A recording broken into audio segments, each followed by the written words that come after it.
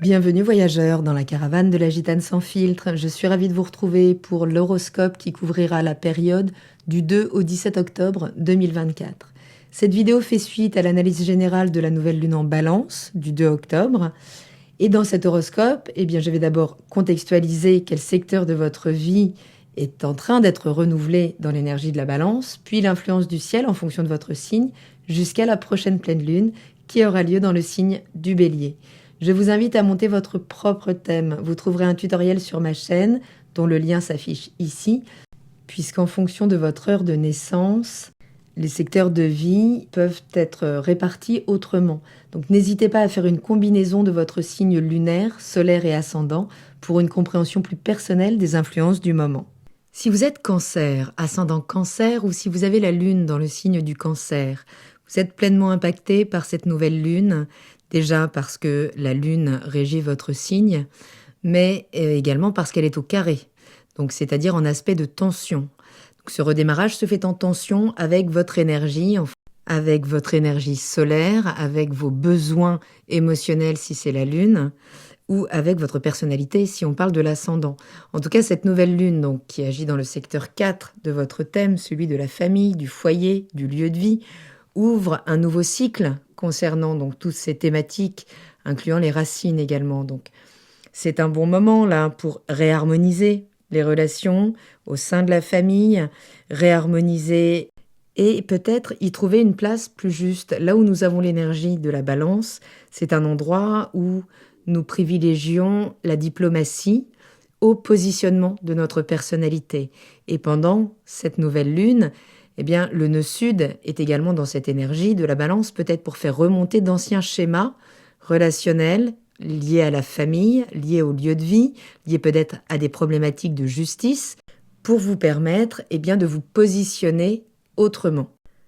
Vénus qui maîtrise donc cette période est en Scorpion, où elle est souvent inconfortable, puisque les désirs, là, sont intensifiés, les émotions, les dynamiques relationnelles sont plus ardues. On peut parler de jalousie, de dynamique de contrôle.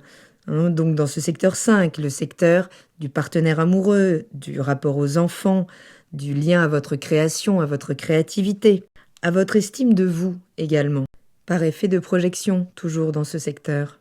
Donc, un renouvellement, là, des dynamiques familiales, peut-être la possibilité de réharmoniser la relation avec un nouveau partenaire amoureux, peut-être avec les enfants.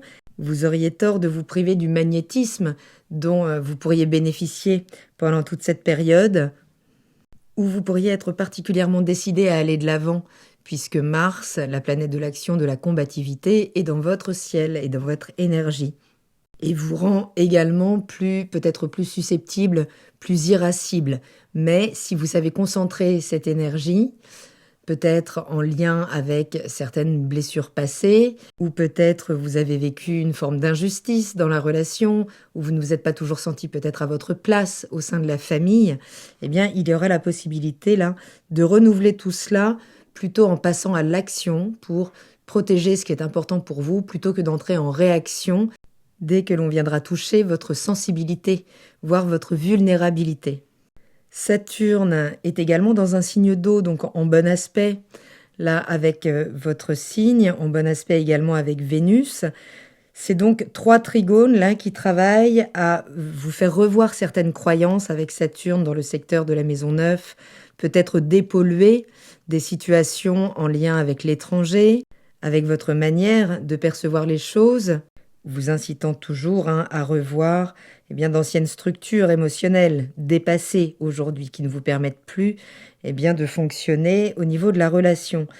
Donc Saturne, à travers sa transformation, il favorise des engagements solides, mais attention, beaucoup d'intensité dans les sentiments, dans les émotions. Mars, dans votre signe, vous rend plus volatile émotionnellement. Peut-être pouvez-vous là avoir plus tendance à ruminer des vieilles rancœurs. Peut-être avez-vous une certaine difficulté à exprimer vos émotions ou vos frustrations, mais il y a vraiment un potentiel là pour libérer cette énergie dans un cadre protecteur ou familial. Vous pourriez la ruminer des choses en lien avec la famille, les racines, le foyer, le lieu de vie, puisqu'il y a un carré qui se prépare là entre Mars et le Soleil, donc qui est dans ce secteur de la famille, là qui pourrait être déjà sous-jacent au moment de la nouvelle lune. Vous pourriez vous sentir contraint par des attentes extérieures, peut-être sentant une forme de frustration, là, alors peut-être en lien avec l'administration, avec l'étranger aussi, mais tout ça est pour vous permettre de gagner en autonomie, en termes de croyances, en termes de gestion et application de vos croyances dans la vie pratique et réelle.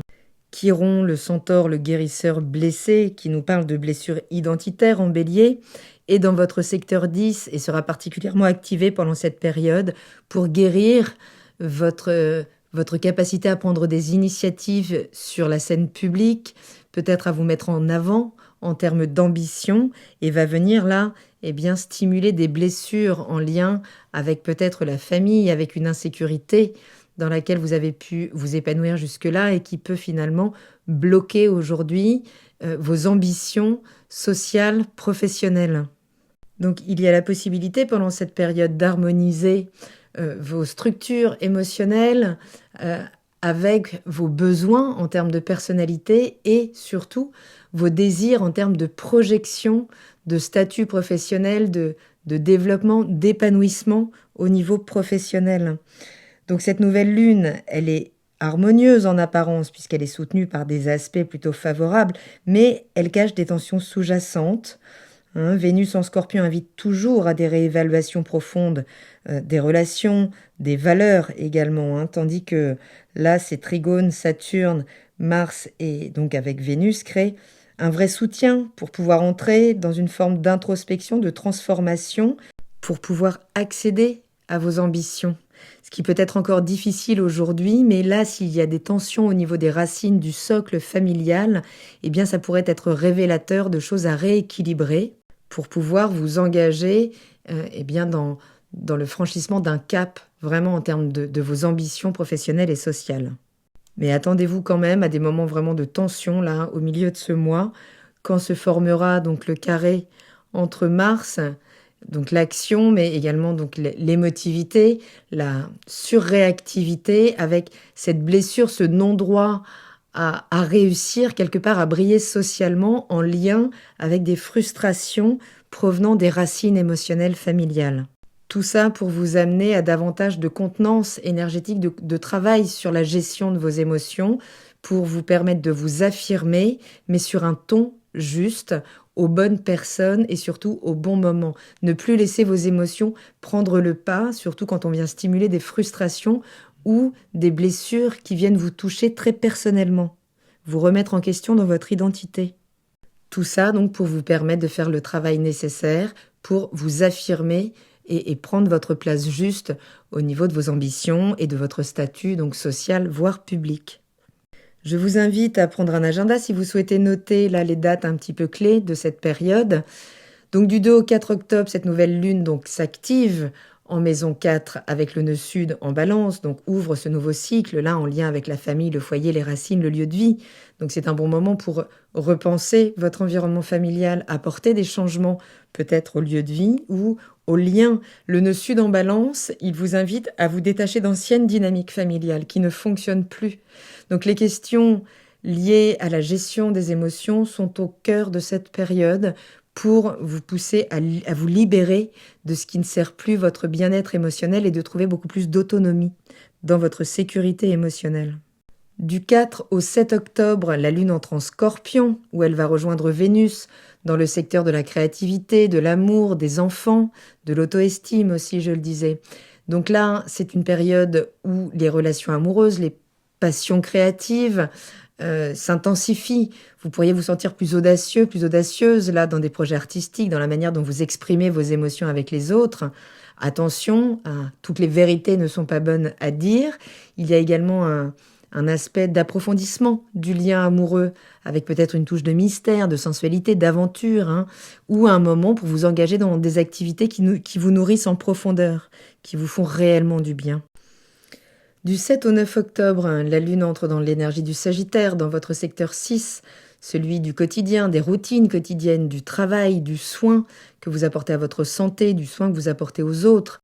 Donc pendant ces 2 jours, la Lune va être maîtrisée par l'énergie de Jupiter qui commence à se ralentir, qui commence à rentrer un petit peu dans sa coquille, puisque Jupiter va rétrograder là à partir du 9 pour 6 mois.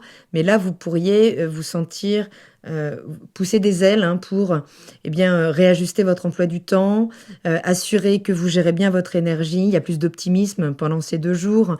Vous pourriez déclencher des réflexions profondes sur votre bien-être spirituel, mental.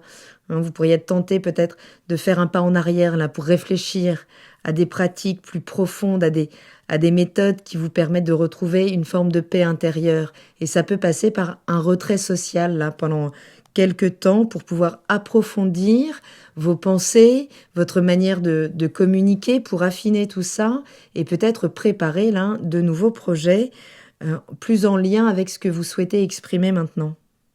Du 9 au 11 octobre, la Lune entre dans l'énergie du Capricorne, dans le secteur du partenariat, de la relation, et vient activer Saturne qui est rétrograde en Poisson, votre secteur 9.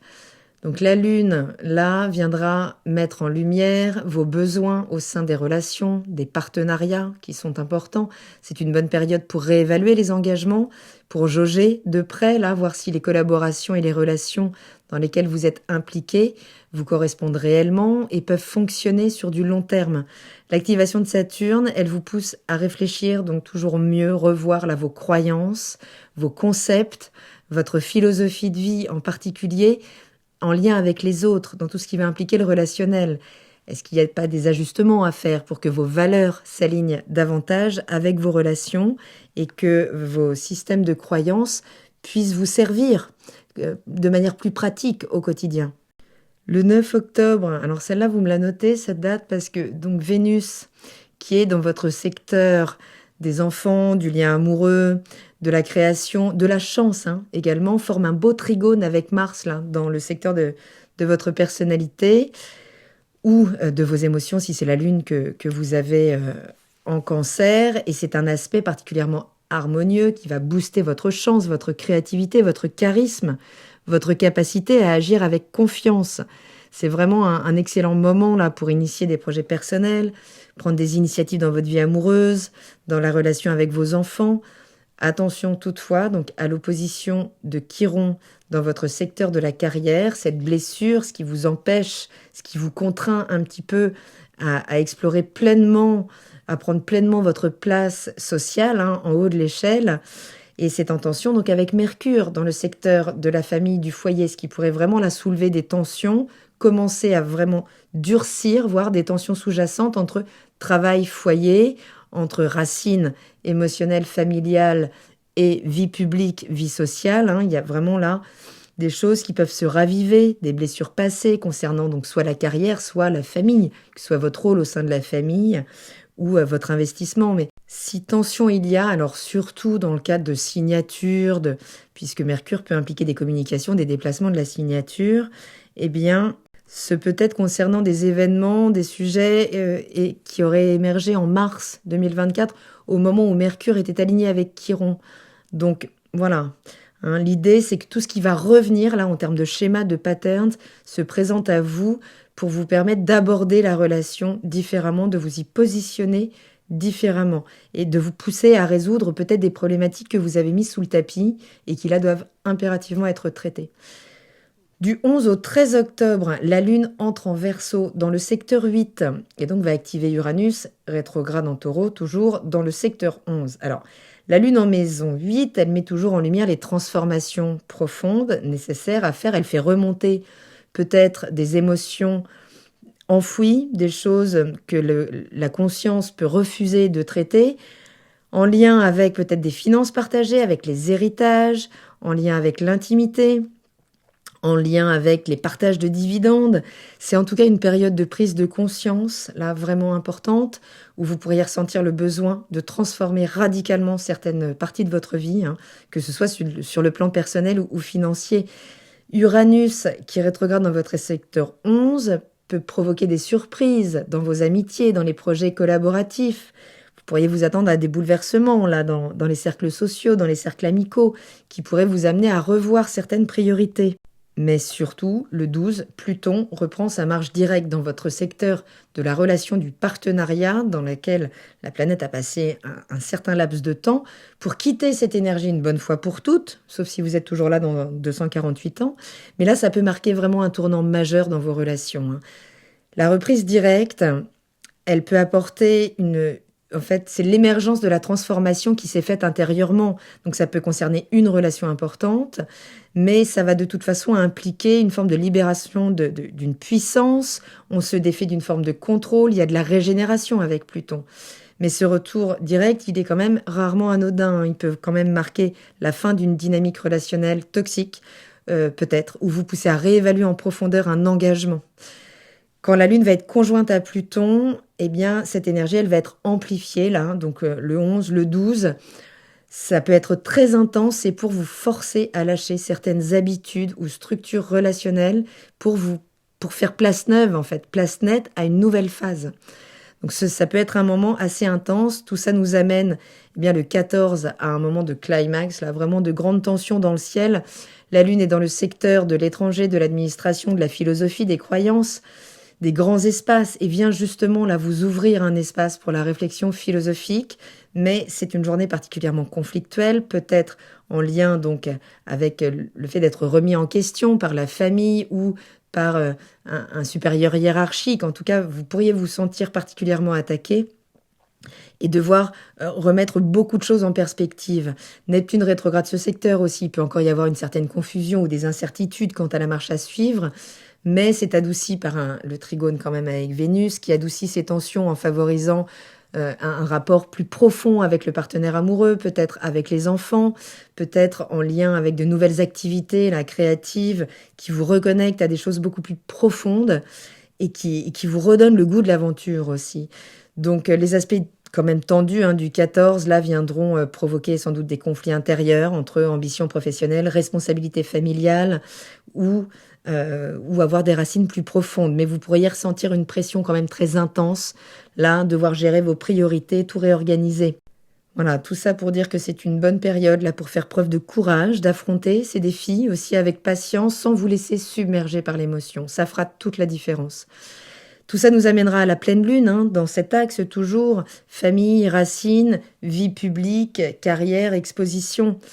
Donc là, ce sera le moment de mettre en lumière justement l'équilibre entre ces deux pôles de votre vie, entre vos ambitions, votre sécurité émotionnelle. Ce sera un moment clé pour prendre conscience des dynamiques qui ont été en jeu là depuis le 2 octobre et comment elles peuvent affecter votre foyer ou votre carrière. Ce sera un moment de réflexion, de prise de décision, sans doute, pour ajuster vos engagements professionnels et personnels en conséquence. Voilà, chers amis, j'espère avoir un petit peu éclairci cette période de grand ménage relationnel, pour une profondeur émotionnelle plus importante dans votre vie, surtout autour du 12 quand même, faites attention. Pluton ne fait jamais les choses à moitié, mais vous devrez faire face à des vérités profondes concernant vos engagements pour libérer de nouvelles perspectives. Je vous embrasse, je vous dis à très bientôt dans la caravane de la Gitane sans filtre. Salut!